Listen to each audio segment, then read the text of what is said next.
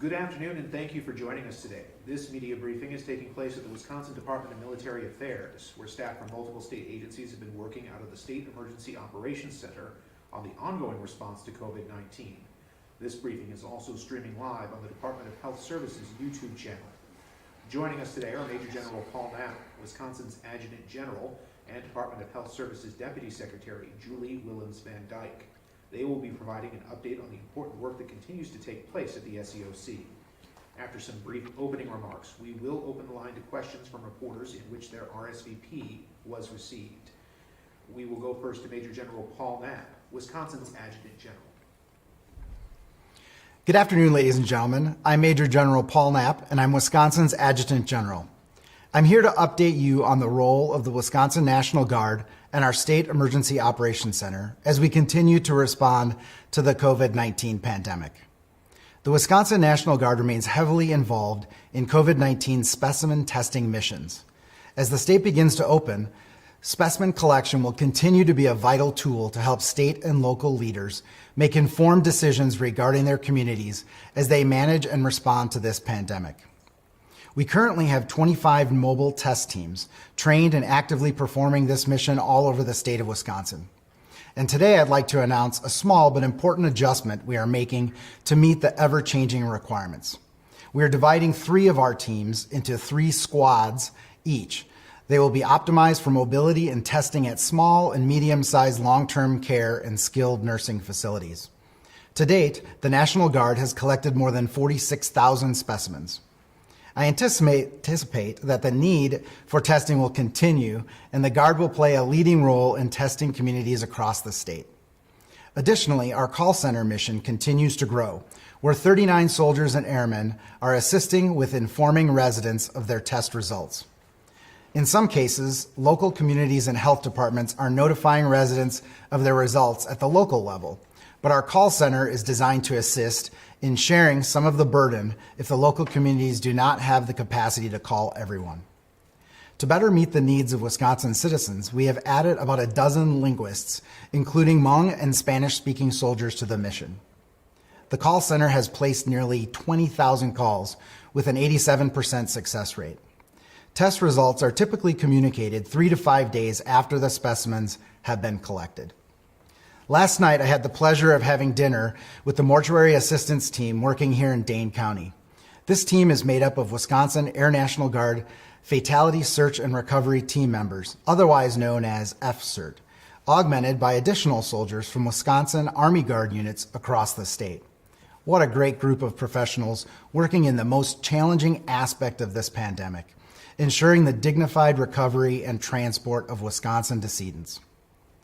In addition to the testing, call center operations, and mortuary assistance, we will continue to devote time and personnel to the many other missions that the Wisconsin National Guard and Wisconsin Emergency Management are accomplishing day to day in support of the state's efforts.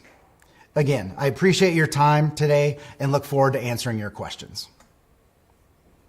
Thank you. Now we will hear remarks from DHS Deputy Secretary Julie Willems Van Dyke.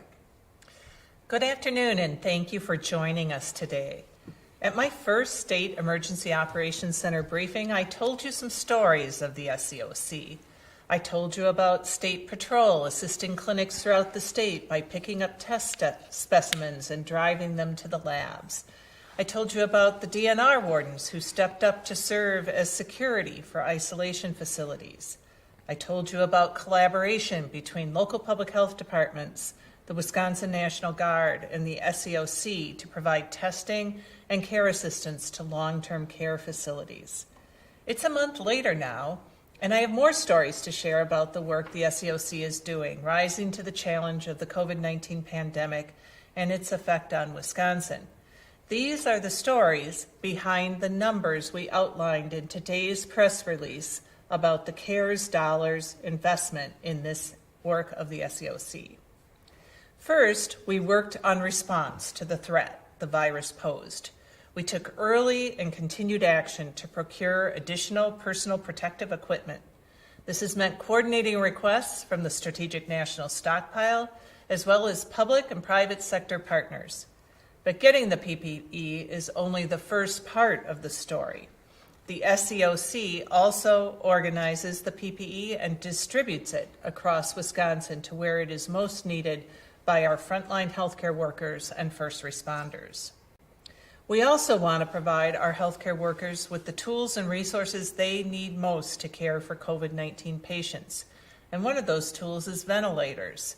So far, Wisconsin has purchased 42 ventilators. We have ordered an additional 1,500 more and expect delivery to start this month. With only investigational medications and no vaccine, we know supportive care like ventilation can be a lifeline for patients with severe disease. Back in March and April, the data suggested we were likely to exceed our hospital capacity.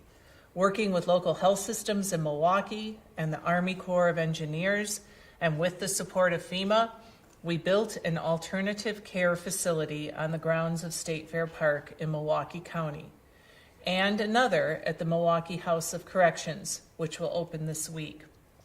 We continue to support these facilities with the wraparound services needed to care for patients, like transport, electronic medical records, and lab and pharmacy services. Second, we have worked on strategies to contain or box in the virus. This line of our work is critically important as we venture out of our homes for work, shopping, and social connection.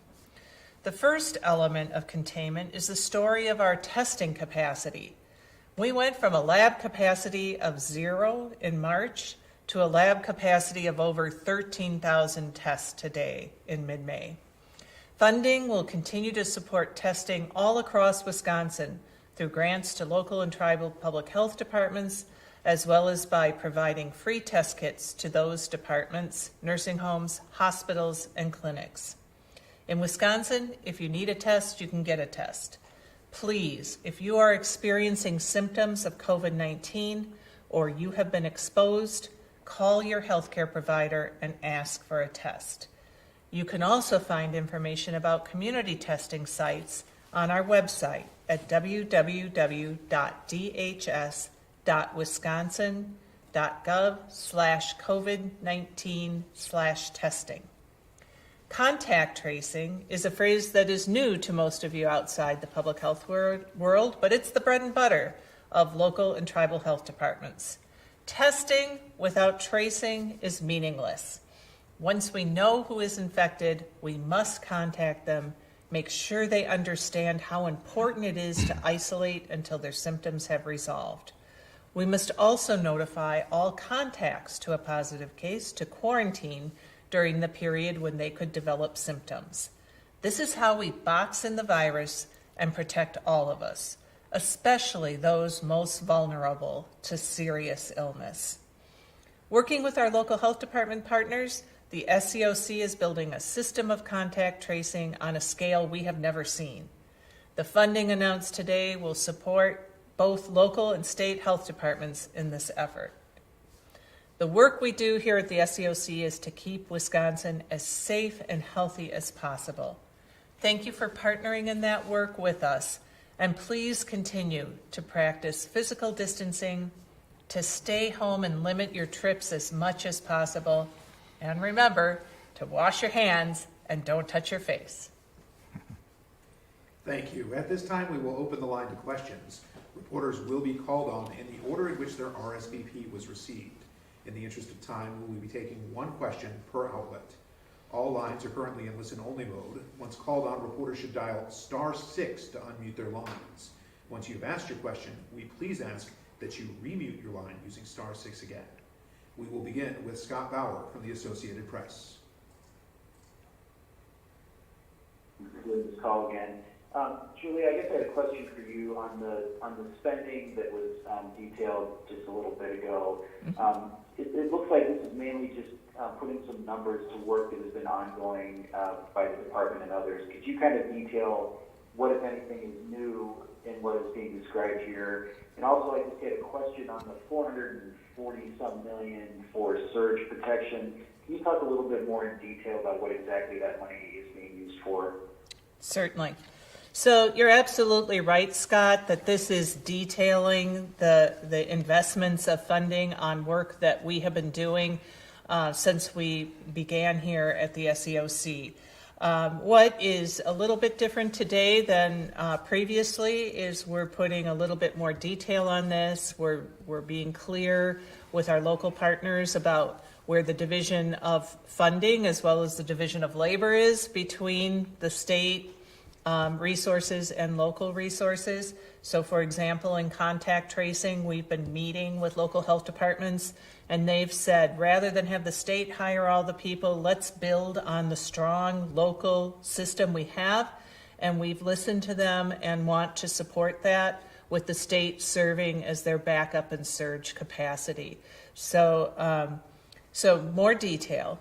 The $440 million that you see discussed about surge is really looking at both the ability to operate the alternate care facilities if and when we need them, and recognizing that this is the funding we have until December 31st of 2020, and knowing particularly in the fall we may face a surge of COVID-19 patients if this epidemic follows a similar course to prior epidemics.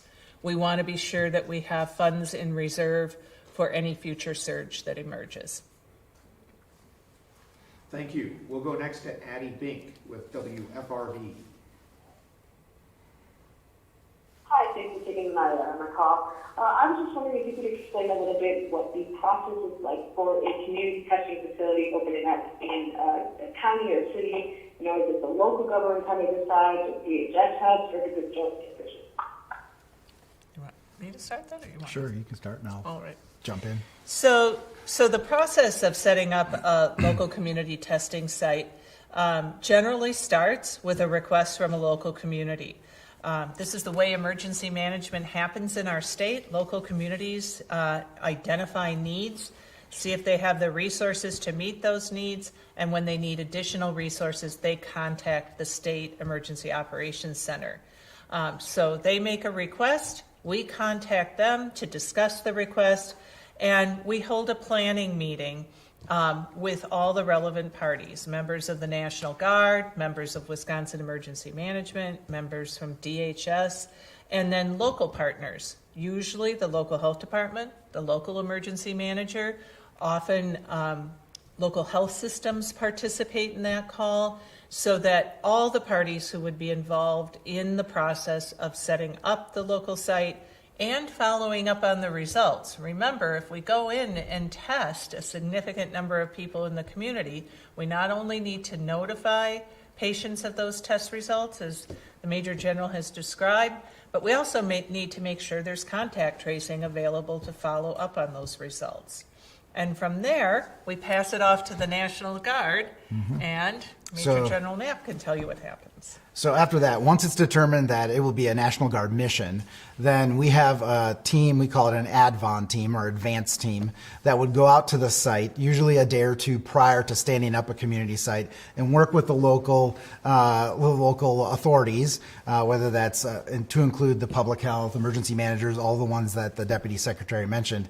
And then that's when we would actually diagram, if it's going to be a drive-through testing, how the lanes will be set up, how many lanes there'll be, where will the walk-up occur, and other wraparound services that we would need in order to sustain that test site. Thank you. We'll next go to Sean Kirkby with Wisconsin Health News.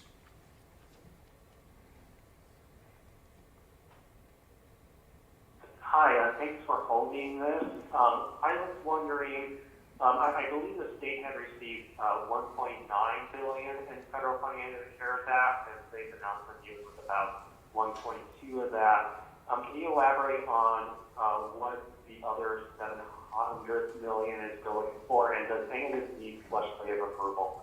Thank you. I believe the governor's office will be making announcements about those additional dollars in the coming days. All right. Next, we'll go to Ryan Curry with NBC 26.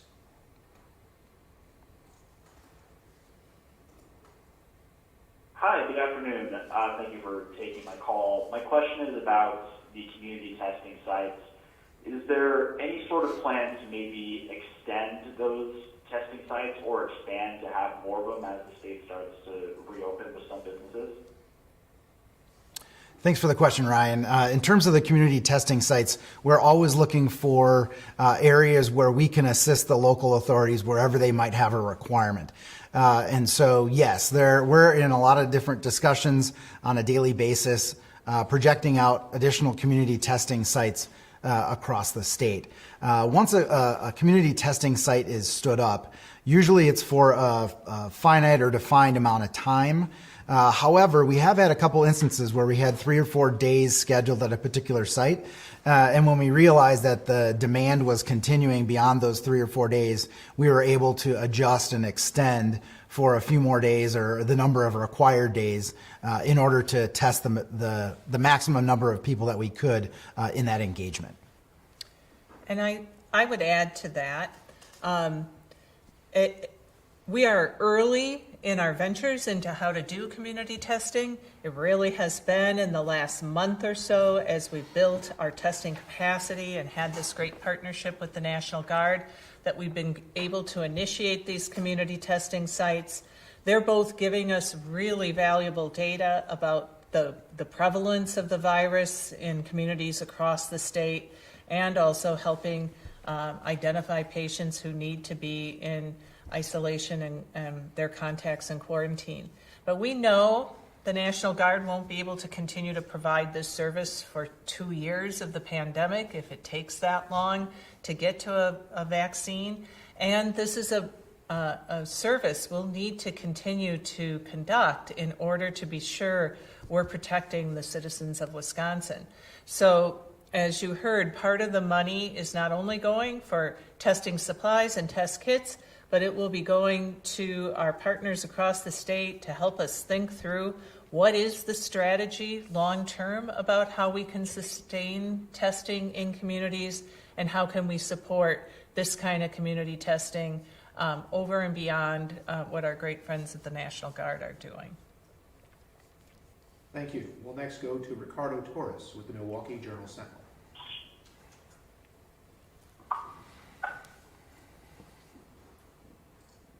As a reminder, *6 to unmute your line. Sorry about that. Thank you all for hosting this. I have a question about the number of contact tracers. The governor wanted 1,000. I believe several weeks ago we were at around maybe a little bit more than 250. I'm wondering where we're at now and how many people are being trained. Great question. We are currently this week have added 30 bilingual contact tracers that we are starting training. We have another 100 on deck that we will be adding. And as I mentioned, we've been working very closely with our local health department colleagues. And so we are in the process of assessing how many contact tracers they have and want to add at the local level to add to that 1,000 number. So while we initially may have implied that all of those contact tracers would be hired at the state, upon further conversation with our valuable local partners, we are looking at a combination of local contact tracers and state contact tracers to meet that goal. Thank you. We'll go next to Stephanie Fryer with WISC TV Channel 3.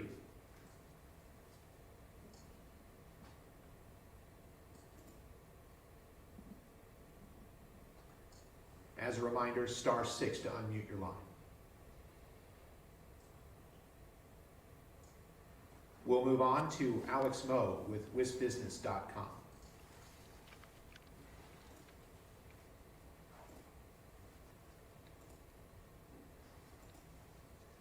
I know that the actual testing numbers for COVID-19 in Wisconsin are still not reaching the state's full testing capacity. And I'm wondering, why is that, and how can the state increase the number of tests being performed? I think there's a couple of reasons why that is, and probably more that will emerge over time. First of all, as I've talked with people, sometimes people don't know who needs to get tested.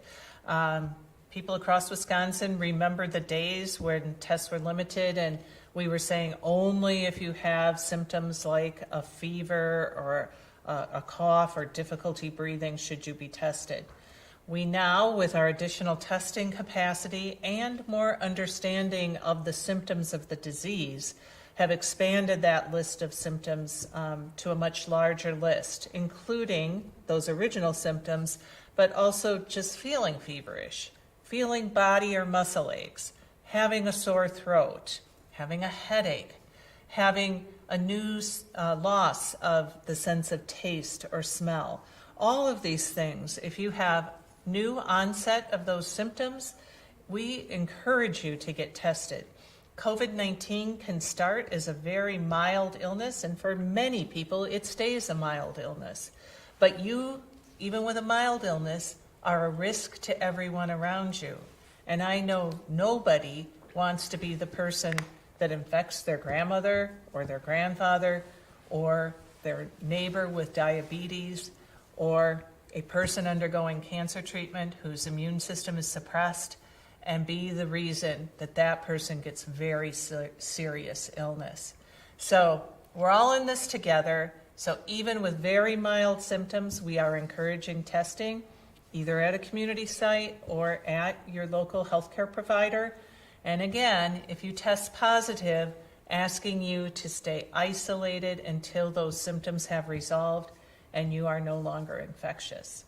We're also working with all of our key partners to help everybody understand that this is important and part of the containment of the disease. So it's about how we set up the system so that we can test more aggressively in places like work sites, in congregate settings like long-term care. We've had great response from nursing homes across the state responding to the call of testing their residents and their staff. And this isn't just a one and done. These are systems that we will have to repeat over time because the virus doesn't know I was tested once and then therefore I'm okay. I can continue to be exposed. So we anticipate many people in our state will have multiple tests before the day that we have vaccine and can assure immunity. Thank you. We'll hear next from Riley Vetterkind with the Wisconsin State Journal. Hi, thanks for taking my call. So I have a question about hospitalizations. The number of positive COVID-19 cases has continued to increase in the state, but the hospitalizations, at least according to the data I've looked at in most regions, appears to have kind of flatlined or at least stayed pretty steady. Can we conclude from this that the disease or the severity of the disease wasn't as bad as feared, that it may be safe to begin reopening, or is that a flawed assumption? Thanks. Well, I'll say a couple of things about that. We are testing a much larger portion of the population. So as compared to the early days of the epidemic when we were primarily testing people who were very sick, often already hospitalized, we're seeing a different array of people with COVID-19. So I think particularly with our expanded community testing efforts, we are testing a larger portion of the population and identifying people with milder illness who are less likely to be hospitalized. In terms of safety of reopening, our Badger Bounce Back Plan identified a number of criteria that would be an indicator that it is safer to start reopening. And we have seen promising results recently in a number of those indicators. However, they haven't all been at that same promising level on the same day. So we're moving in the right direction, but we need to continue to test to be sure we're not missing pockets of COVID-19, and we need to continue to monitor those hospitalization rates. One of the things that I think it's really important for us all to understand is when our hospitals start to fill up with COVID-19 patients, it's too late to take effective mitigation or containment efforts because that, when the hospital is full, that's 3 to 5 weeks often behind when we've seen the rise in infection. And so watching those infection rates, watching those case rates, and especially in light of increased testing is really the earlier warning signs we should watch for about any concern about resurgence. We'll go next to Will Cushman with WisContext.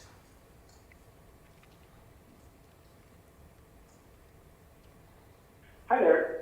Good afternoon. I have a question about the potential for, as you mentioned, a fall surge or just a surge in cases at any point. I'm wondering if what sorts of contingencies there are in the case that a surge is so severe that it may overwhelm even a surge in contact tracing, and whether there are other measures the administration would consider taking in light of the Supreme Court's decision last week. Well, I think one of the most important things that we are doing in response to the Supreme Court decision and this opportunity to open up Wisconsin is to speak directly to the people of Wisconsin. And you all have been incredible over the last 6 weeks under Safer at Home. People have honored that order. They have stayed at home. They have limited their social contacts and their errands and trips out of the home. And we know this from watching cell phone mobility data. And just because the order is lifted does not mean that people have to change their behavior dramatically. I do understand some people may need to go to work now that their employer is open. And we've provided guidance through the Wisconsin Economic Development Corporation about how employers can employ best practices to protect employees in their settings.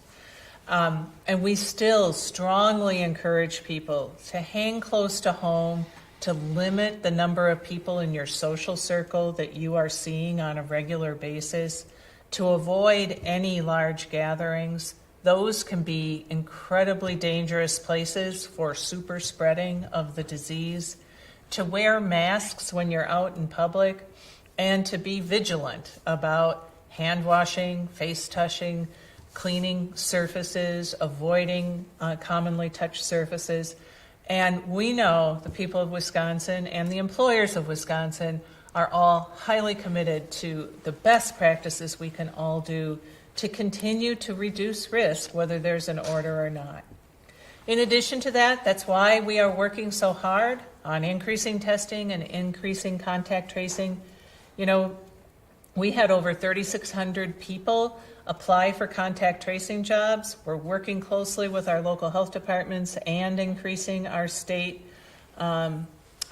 supply of employees who can do this. We've trained state employees to do the work who will be available for additional surge if we face that in the fall. And so we're keeping one eye on how can we all work together to maintain physical distancing and good practices to avoid a huge surge, and then how do we set up the systems to be in place in case it happens. We'll go next to Shemaine Mills with Wisconsin Public Radio. Hi, thanks for taking the call. When the state had restrictions before the Supreme Court ruling, you had a predictive model of why they were needed. Now that those restrictions are gone and it's up to locals, I'm wondering, do you have any predictions on how the pandemic could go in the future? Any modeling that you have? Yes, Shemaine. Many of the models that we looked at in the last few months were predicting what would happen when we lifted the restrictions. And I think this is the critical piece about this virus is while we all stayed home, we didn't become immune to the virus. And the virus didn't become any less lethal. So this is why this strategy of extensive testing and contact tracing is so important as we open up. Because if we simply open up without attending to finding the virus and boxing it in through contact tracing and isolation and quarantine, we will likely see a sudden rise in illness because the virus is still circulating. It preys upon people who don't follow those kind of restrictions, and we'll see a rise in disease. And that is why when we issued the Badger Bounce Back Plan back in April, we said we need another month of social distancing, and we need to be standing up these systems so that we can do further containment. In South Korea, they are testing and contact tracing at a level far above what we've even aspired to with the 85,000 tests per month. And they have largely been able to contain the virus from resurging. We are attempting a similar approach, and the better we do, the fewer cases we'll have. The worse we do, both with everybody's choices and our containment strategy of testing and tracing, the more cases we'll have. So let's do it together, Wisconsin. We have it in us. We'll go next to Elise Romas with NBC 15.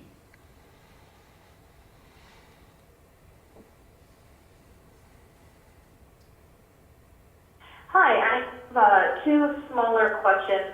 There are some rumors I've been reading about and hearing about from people I know in the healthcare world about the accuracy of some of these tests and how sometimes it's early on with somebody not showing symptoms, but they might have COVID-19 and they don't always test positively for the disease right away. So I'm wondering if any of those rumors, if that's true, if that happens with the test, or how exactly accurate these are. And then I'm just curious of what information you guys can give us with as far as treatments go for the virus. So any laboratory test is going to have some level of false positives and, as you described, false negatives. The tests that we are using, the nasal or nasal pharyngeal swabs, are very accurate.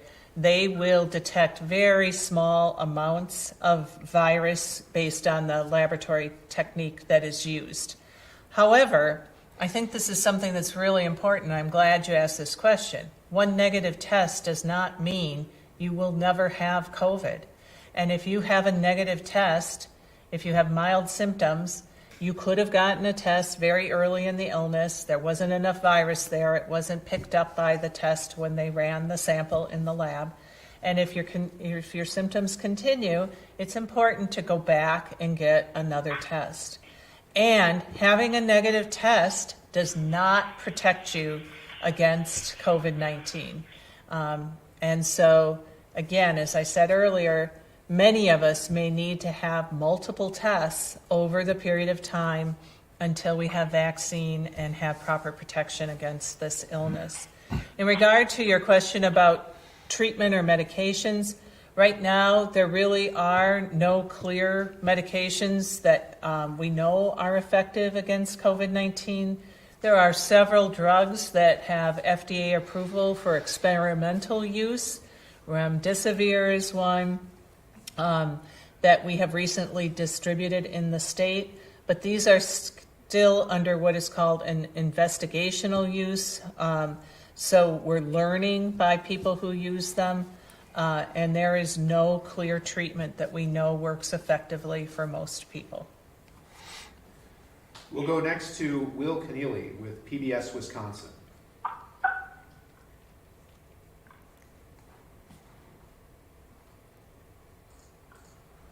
Sorry, can you hear me all right? We can. Wonderful. Thank you again for doing this. I wanted to go back to something that you touched on a little bit with the long-term strategy. I think some reporting in Politico that the federal deployment of Guard members could end as early as June 24th. I was wondering if you'd heard anything about that, or if you could otherwise describe what the end of a federal deployment might look like. Yes. So I also saw the political report, and what that's describing is the end of the current authorization by the White House to use Title 32 federal activation for National Guard forces. So that's through right now in Wisconsin. We are approved through the 24th of June.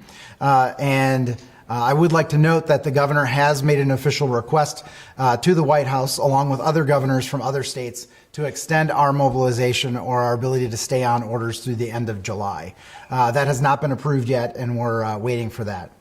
In terms of what the end of a mobilization would look like, we're working right now in order to try and work out those details. There's a lot that goes into unwinding all of the programs that we've set up. One of them is trying to hand off any of the workload that we've been doing in the National Guard to other departments or civilian authorities. And that's one of the big reasons why that initial allocation of the CARES funding is going out to help with community-based testing. So things that we would consider in terms of post-deployment or winding down the deployment would be one of the things that we have to consider is that these Guard, airmen, and soldiers have been earning 2.5 days of leave or vacation per month that they're on orders. So we have to build that in to the timeline. And there are a number of other things that we take into consideration and have to backdate that the end of the orders as well. As a reminder, after you've asked your question, please remute your line by hitting *6 or manually muting using your phone's feature. We'll go next to Marty Glaser with Spectrum News.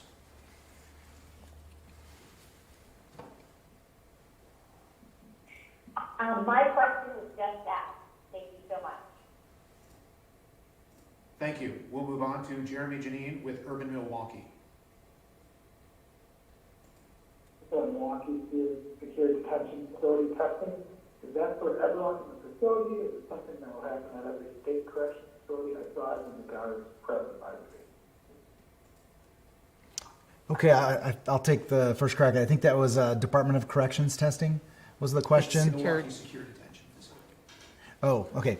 The Milwaukee Secure Detention Facility was tested. We did that as part of a Wisconsin National Guard mission, and it was 100% of the staff as well as the people in custody. In terms of additional Department of Corrections testing, we have completed testing on a handful of I should say, I think it was 2 or 3 Department of Correction facilities that did have current positive cases, either with the staff or the people in custody, meeting our criteria at the state as an outbreak, and so we went out and tested those. We are in planning right now with the Department of Corrections, like we are with other agencies that have congregate care facilities, in terms of setting up 100% testing across the state. That will be a very large effort. As you know, the Department of Corrections has I think approximately 37 different facilities, so that'll be a long-term plan that will go well into the summer. Our last question will come from Danny Maxwell with WKOW TV. Hi, thanks for taking my call. I wanted to ask the general or Julie about the testing of the Alliance Energy Center in Madison. How the demand has been, the traffic has been, if it's winding down or if it's not, and depending on the demand there, how long the National Guard is expected to keep that community testing site open. Okay, great. Excellent question. This is a good example of one of the testing sites that we actually have for a long-term duration. We've planned to keep that test site up at the Alliant Energy Center for the foreseeable future, and you kind of hit the nail on the head in terms of demand signal.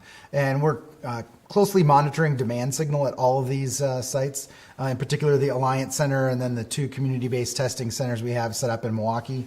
Yesterday, or in the last 24 hours, we accomplished 699 tests at the Alliant Energy Center. So that definitely is showing a steady flow of demand there, and so I don't see us taking that facility down anytime in the near future. Thank you. That concludes today's media briefing. As a reminder, you can always access the latest updates on the state's response to COVID-19 by going to the Department of Health Services website. You can also find additional information about the state's response through the websites of the Wisconsin National Guard and Wisconsin Emergency Management. Thank you for joining us today and for your questions.